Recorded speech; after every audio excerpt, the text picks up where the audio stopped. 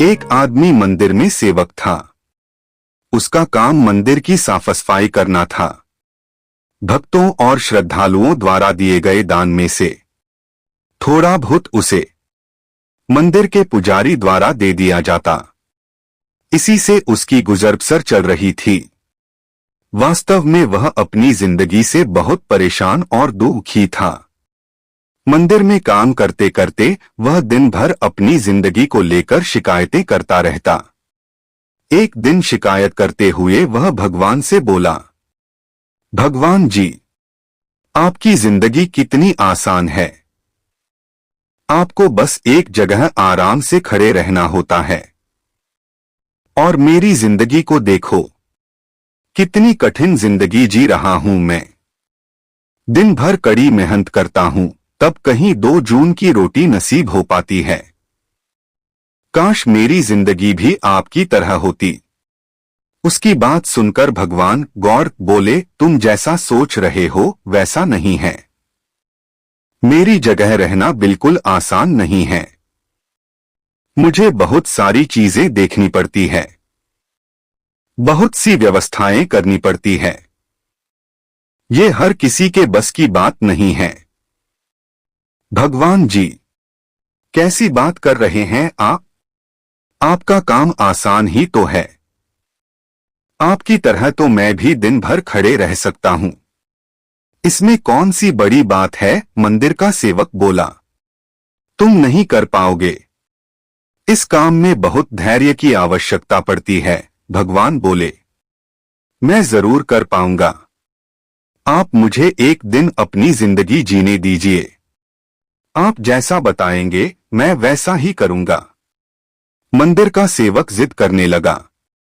उसकी जिद के आगे भगवान मान गए और बोले, ठीक है, आज पूरा दिन तुम मेरी जिंदगी जियो और मैं तुम्हारी जिंदगी जीता हूं। लेकिन मेरी जिंदगी जीने के लिए तुम्हें कुछ शर्तें माननी होगी।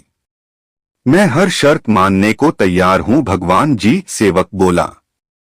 ठीक है, तो ध्यान से सुनो। मंदिर में दिन भर बहुत से लोग आएंगे और तुमसे बहुत कुछ कहेंगे। कुछ तुम्हें अच्छा बोलेंगे तो कुछ बुरा। तुम्हें हर किसी की बात चुपचाप एक जगह मूर्ति की तरह खड़े रहकर धैर्य के साथ सुननी है और उन पर कोई प्रतिक्रिया नहीं देनी है। सेवक मान गया।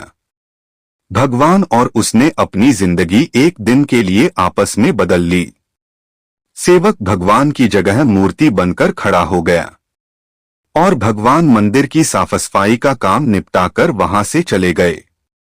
कुछ समय बीतने के बाद मंदिर में एक धनी व्यापारी आया। भगवान से प्रार्थना करते हुए वह बोला, भगवान जी, मैं एक नई फैक्ट्री डाल रहा हूं। मुझे आशीर्वाद दीजिए कि यह फैक्ट्री अच्छी तरह चले और मैं इससे अच्छा मुनाफा कमाऊं।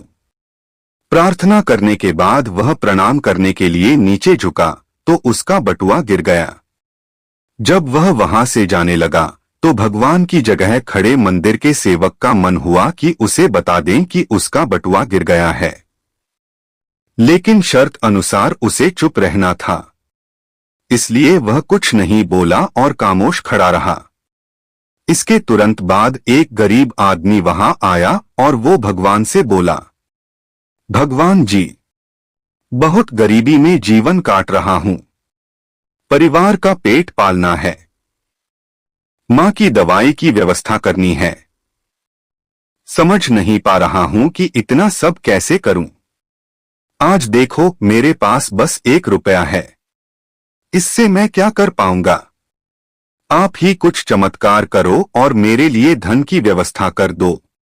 प्रार्थना करने का बाद जैसे ही वह जाने को हुआ, उसे नीचे गिरा व्यापारी का बटुआ दिखाई दिया।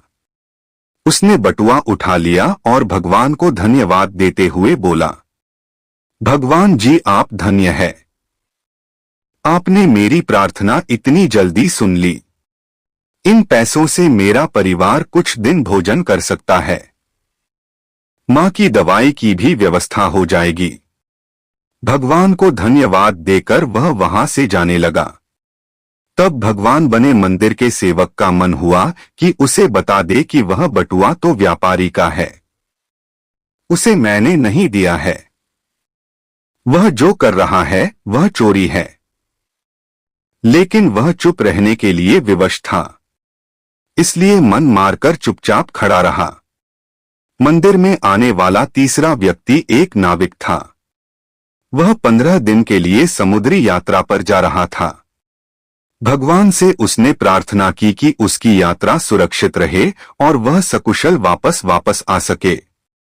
वह प्रार्थना कर ही रहा था कि धनी व्यापारी वहां आ गया। वह अपने साथ पुलिस भी लेकर आया था। नाविक को देखकर वह पुलिस से बोला, मेरे बाद ये मंदिर में आया है, जरूर इसने ही मेरा बटुआ चुराया होगा, आप इसे गिरफ्तार कर लीजिए। पुलिस नाविक को पकड़कर ले जाने लगी।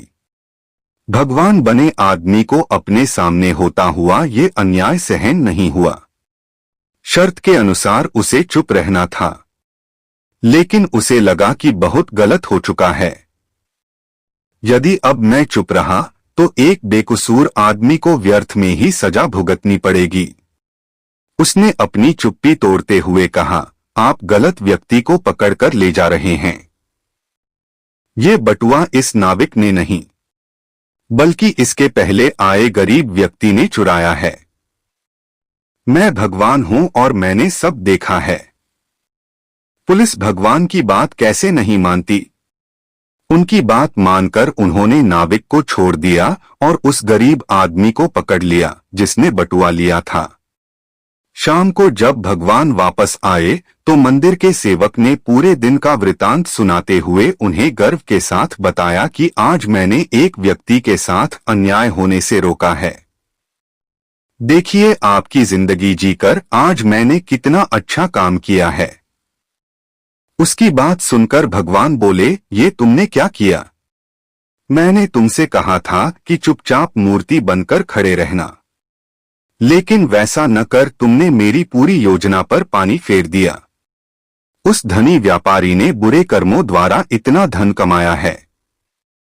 यदि उसमें से कुछ पैसे गरीब आदमी को मिल जाते तो उसका भला हो जाता और व्यापारी के पाप भी कुछ कम हो जाते। जिस नाविक को तुमने समुद्री यात्रा पर भेज दिया है, अब वह जीवित वापस नहीं आ पाएगा। समुद्र में बहुत बड़ा तूफान आने वाला है। यदि वह कुछ दिन जेल में रहता तो कम से कम बच जाता। सेवक को यह सुनकर एहसास हुआ कि वह तो बस वही देख पा रहा था जो आंखों के सामने हो रहा था। उन सबके पीछे की वास्तविकता को वह देख ही नहीं पा रहा था। जबकि भगवान जीवन के हर पहलू पर विचार कर अपनी योजना बनाते हैं और लोगों के जीवन को चलाते हैं। सीख है, हम सब भी भगवान की योजनाओं को समझ नहीं पाते। जब हमारे साथ कुछ गलत हो रहा होता है या हमारे हिसाब से कुछ नहीं हो रहा होता है, तो अपना धैर्य खोकर हम भगवान को दोष देने लगते हैं। हम ये समझ नहीं पाते कि इन सब के पीछे भगवान की कोई न कोई योजना छुपी हुई होती है। ऐसे समय में हमें भगवान पर विश्वास रखकर धैर्य धारण करने की आवश्यकता है। इसलिए चिंता न करें। यदि आपकी मर्जी से कुछ नहीं हो रहा तो इसका अर्थ है कि वह भगवान की मर्जी से हो रहा है, और भले ही देर से ही सही। भगवान की मर्जी से सब अच्छा ही होता है। आशा करता हूँ ये छोटी सी कहानी आपको ज़रूर पसंद आई होगी। इस कहानी पर आपकी क्या राय है, हमें कमेंट करके ज़रूर बताइए। कहानी पसंद आई हो तो लाइक और शेयर करना बिल्कुल भी ना भूलिए। चैनल पर नए हैं तो चैनल को सब्सक्राइब ज़रूर कीजिए।